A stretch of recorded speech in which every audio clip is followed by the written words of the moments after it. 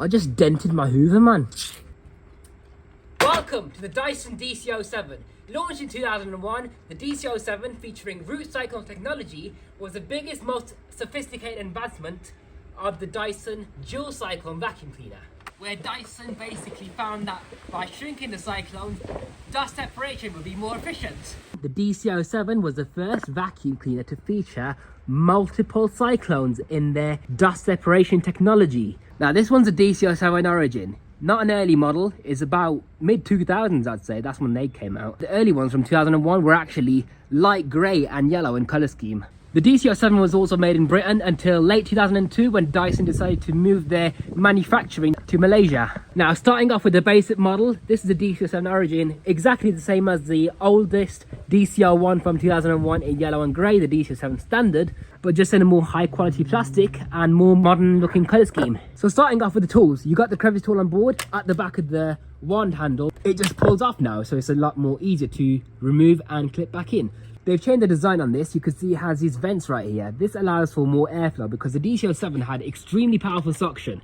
In fact, when the DC07 first came out in Britain, they had such strong suction at 330 air watts that people actually complained about the suction being too strong. That's why they added these vents, along with the reason that it also helps with cyclone efficiency, because you need maximum airflow in these cyclones for maximum dust separation. So you've got the same stair tool as the DC04 pretty much, just with the vents on the top instead of on the sides now, and the dusting brush is just the same as the DC04. There's also no big huge bulky wand cap, it's just a slide-on design now. At the push of this catch, the wand can be removed, just like a DC04, but what you can do on the DC07 now with the new design is that you can remove the wand and then reverse the handle to have a more comfy handle grip, and you don't have a big fat bulky handle on the end of that wand. So it makes vacuuming a lot more convenient and easier. And there is a warning on the hose cuff about the powerful suction because that's how strong the suction was on these. But to be honest, because Dyson had such strong suction on the DC07 at 330 air watts, and with all the complaints they had about the DC07 being hard to push, Dyson had to reduce the power of the motor for it to produce 290 air watts eventually. By the way, the hose diameter on the DC07 is finally wider compared to the DC01, 03 and the 04. This allows for better airflow, and in fact, even the tube on the side and all throughout the machine is a lot wider than the DC04. So again, that optimizes airflow. The cleaner head design is all the same as the DC04. They haven't done anything to change that on the DC07 with the basic origin model. The brush bar is the exact same as the DC04, along with the internal hose saw plate, everything about the cleaner head. On the clutch models, they have altered the design a little bit, so I will show you that when I demonstrate those models. But for now, we're focusing on the non-clutch version, which happens to be the basic one. The DC07 finally featured a more hygienic way to empty your bin. So when you take the bin and cyclone off, right over here, just like a DC04. Yeah, so with the DC04, you had to undo this clip right here to separate the bin from the cyclone and then empty it out like a jug. With the DC07, however, it's a way better design. You've got this hoop right here, or trigger. See that diagram? So you pull on that, and then it allows you to open up your bin flap like a trap door. So all your dirt falls out in one go. Very convenient. So for hands-free emptying, you don't have to touch the dust. Just shake it all out, put it on the floor, and that's it. That's all you need to do. And you can't take this bin off either, by the way, guys, unless you have the bin flap open, and then you can separate the bin for washing. You can give that cyclone a brush down as well, or a wipe down of the shroud. The best way to put this back on is line the clip up on the back first, and then lock it in the front, and there you are. That's securely fitted. Look how short the air path is on the DC07, guys, compared to the DC04. Okay, now onto the filters of the DC07. So on the side of the motor housing, you got a little clip on the side.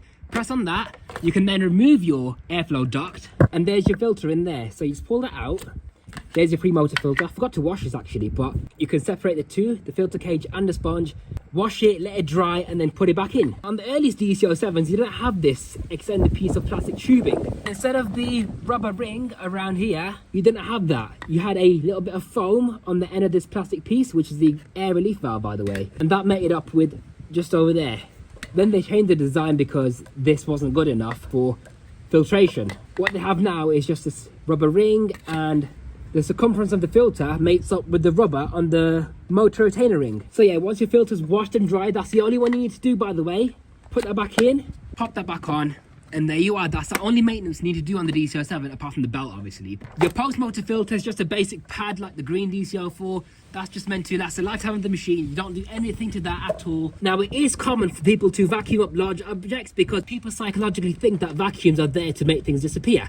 So that's why Dyson have incorporated this design from the DC04, where you can remove the U-bend like so, and also the valve pipe on the side for easy blockage access. And underneath, let's take a look at the brush bar. The earliest ones did have black bristles, then purple, and then the latest ones had red. Because this is a late model, this one does have that. Changing the belt on this is exactly the same as the DC04, where you undo these 3 plastic screws, the sole plate comes off, then you have access to your belt. What I like about wheel Dyson uprights is the motor to wheel geometry, so when you're vacuuming at the vacuuming angle, that takes weight off the vacuum, so it feels lighter to use. And as for the self-adjusting head, you've got that as well, just like the DC04. They've carried on this famous design because it works really well for the most uneven, bumpy surfaces. And yes, when you do remove the wand, you can then attach the tools directly to the hose as well. Just pull the hose all the way out to use for handheld cleaning. They can fit onto the end of the wand handle, just like a DC04, and also the other way around, the DC07 way. There is a diagram on the wand showing you how to do that as well. Okay, cable test. Let's see how long the cable is. So as usual, I'm going to plug it into my living room, just underneath that table right there. Keep pushing the vacuum until you can't push it anymore. And now the cable has reached the maximum length, as you can see. I can just about reach the end of the mat right there, but I can't. It's only a few inches. And that's all there is to the 2001, not 2001, this was mid-2000, but you know what I mean, 2001 Dyson DC07. Coming up next, we've got a performance test on this very vacuum. Will it pass or will it fail? We'll have to find out, aren't we? Stay tuned for that demo. If you enjoyed this video, be sure to like, comment and subscribe. This has been your host T from Power 786. I'll see you in my next video. Take care and bye for now.